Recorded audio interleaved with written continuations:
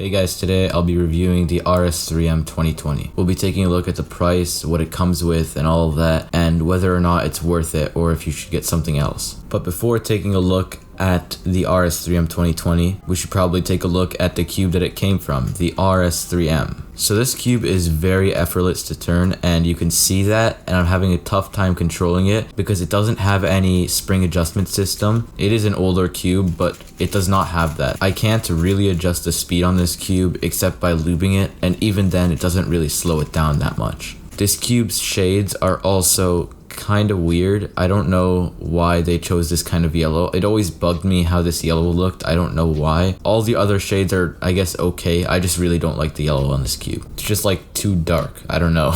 And with the Rs3m 2020, you can see that the shades are much better. The yellow fixed. And everything is nice except the green. I wish that they went for a lighter green. I just think it would have made the cube a little bit nicer, but it's fine. So the magnetic version of the Rs3m is 91 grams, which is apparently heavier than the Rs3m 2020, which I don't think is true, because once you add the extra magnets that you can buy at Speedcube Shop for like $2, then I think it becomes a little bit heavier. If you get the stock version and just set it up like that, it'll be much lighter than the Rs3m.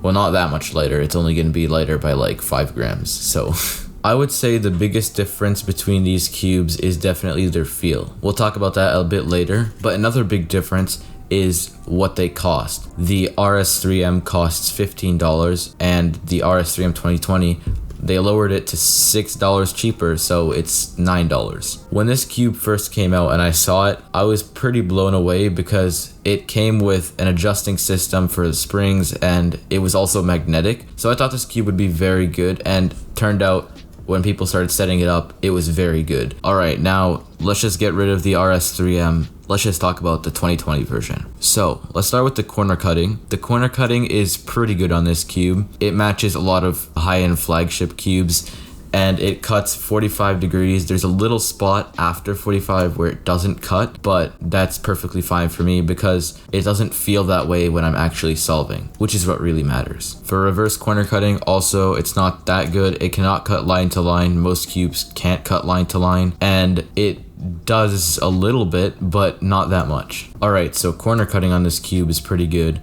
But how about the speed? This is actually one of the main issues that I have with this cube. It's not a big issue at all once you set it up. Out of the box, it comes very fast, and the corner cutting is pretty bad. So what I did to fix this was loosen it by like a quarter turn, and then I tightened the spring compression, and then just added a really fast lube, Comet. The reason I do this instead of just loosening it and then adding just a neutral lube that will not make it faster or slower, it'll just kind of keep it at the same speed, but just smoothen out the turns. The reason I did not do that is because if you keep it on a lower spring adjustment setting, then for some reason it just becomes super weird and the corner cutting just like doesn't work. I don't know why. I would definitely recommend keeping this cube on the higher settings, so 4 and up. The biggest thing that puts the Rs3m 2020 way higher than the Rs3m is the feeling. The feeling of this cube is just so nice. It feels so smooth, and I don't know what it is about the plastic.